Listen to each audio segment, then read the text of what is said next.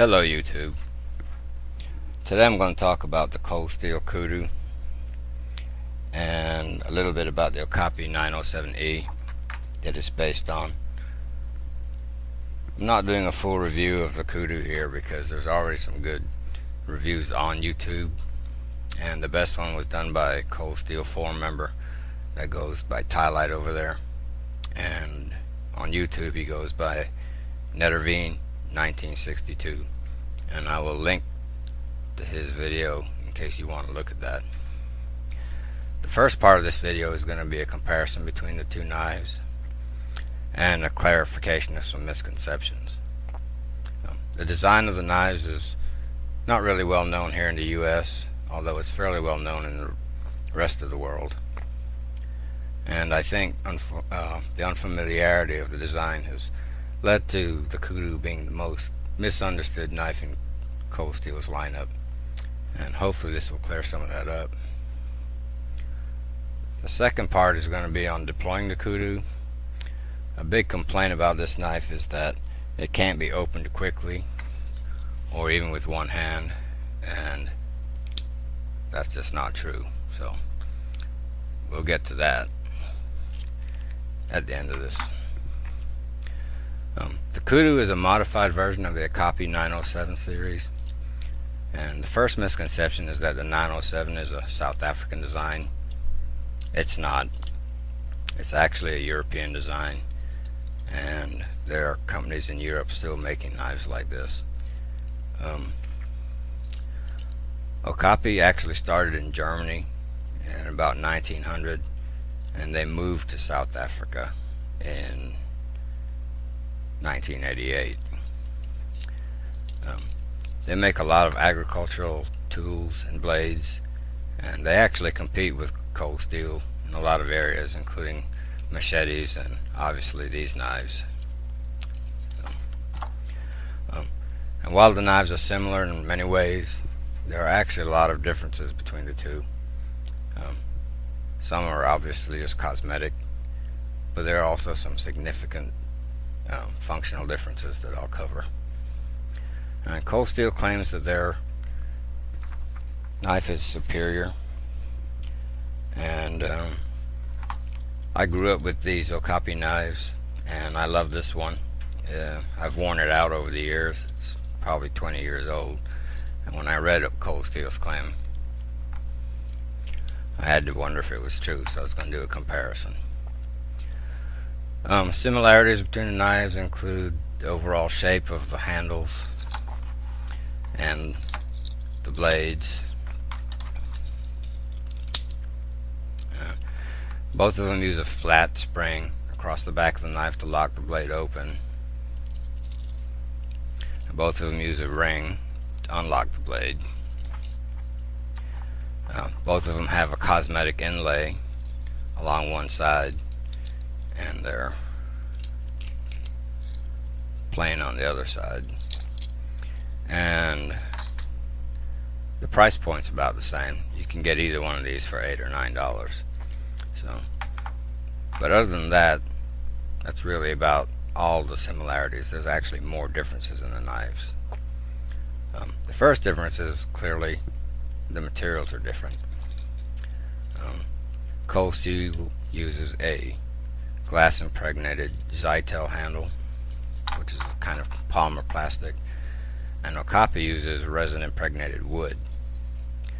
Now on this old Okapi, the wood was absolutely beautiful. It's got good color, interesting grain to it.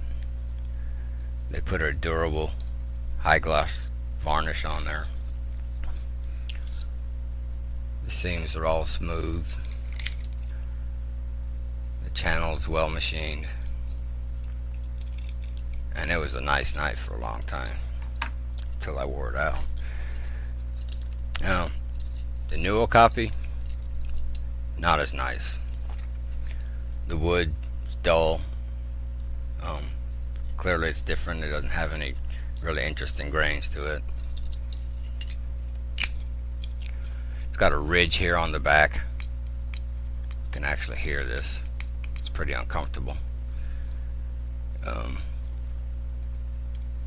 the channel is really rough. It's not well machined at all, and the wood actually looks somewhat scorched or charred along that back and on the end and down through the channel. It's almost like they used dull machinery when they were making these knives and it actually burned the wood. So that's unfortunate. I would say Okapi's quality has definitely gone down over the years. The next difference is in the size. Closed, the Kudu is about a quarter of an inch longer than the Okapi, and open, it's about a full half-inch longer. You can see that's actually a pretty significant difference. Kudus are not small knives. If you were to compare them to the Cold Steel Light, see that Kudu actually dwarfs the Light. And even if you were to compare it to a Cold Steel large Voyager, you can still see that's a lot of blade for $7 or $8, and that's a $70 knife, so you could have 10 of these for the price of that one. All Kudus have 4116 Cold Steel stainless blade, and the 907, these come in 1055 carbon, and Okapi also makes them in 440C stainless, and the 440 series also has a plain edge and a serrated edge in both steels. So there are actually 4 knives in that series. The Kudu is flat ground. It's got an even grind on both sides. The Okapi has a modified chisel grind. The front of this knife is actually completely flat and perpendicular to the spine, and all the grinding is on one side. And on this particular model, it's a bit of a saber grind, where the spine actually comes down about a quarter to 5/16 of an inch and extends all the way out to about halfway of the clip point. The new 907s,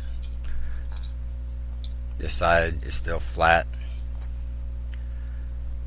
but the grind starts back here by the ricasso and actually curves up and ends right there.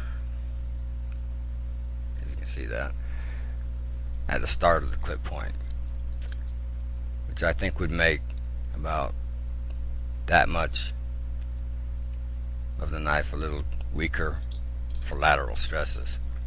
So I'm going to give Okapi another hit on their quality of their new knives.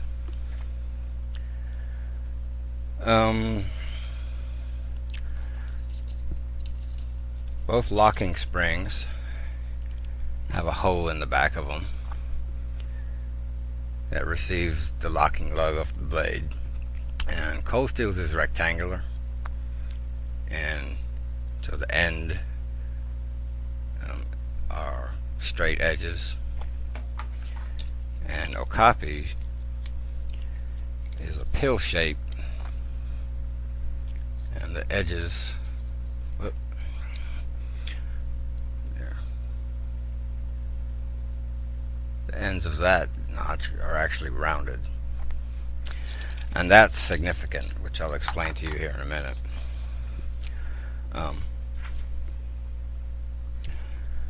Both have a series of locking lugs on the back of the tang, and Cold Steel calls this a karacha sound,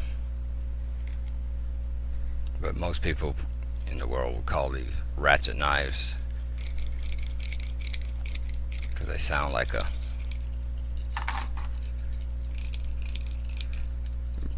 3/8 ratchet wrench. So Okapi's lugs are rounded and they protrude out past the wooden handle, whereas Cold Steels are sharper and it's almost more like a sprocket, and it's completely contained inside the Zytel handle.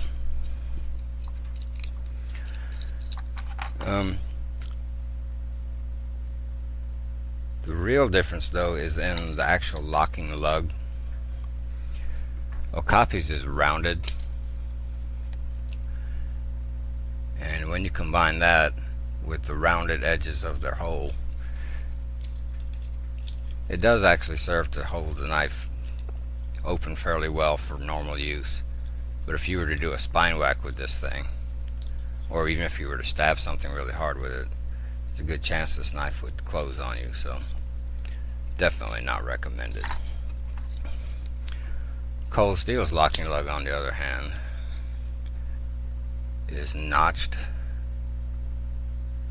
and it goes straight down perpendicular from the peak of the lug down into the handle, and you combine that with the squared edge of their hole, that makes a much more secure lock. So you can see it on Tylight's video that, you know, he does spine whacks, whacks the hell out of a kudu, and he has no problems at all with it. So considering the decreased quality of these new 907s and the superior locking mechanism of the Cold Steel Kudu, I'm going to have to go ahead and agree that Cold Steel's knives are superior. So if you had a choice between the two, I'd be spending my money on this one. The next thing we're going to cover is deploying a kudu, and I'm going to have to move some stuff around, so, and it looks like time wise it's going to take a part 2 anyway, so stay tuned, and thanks for watching.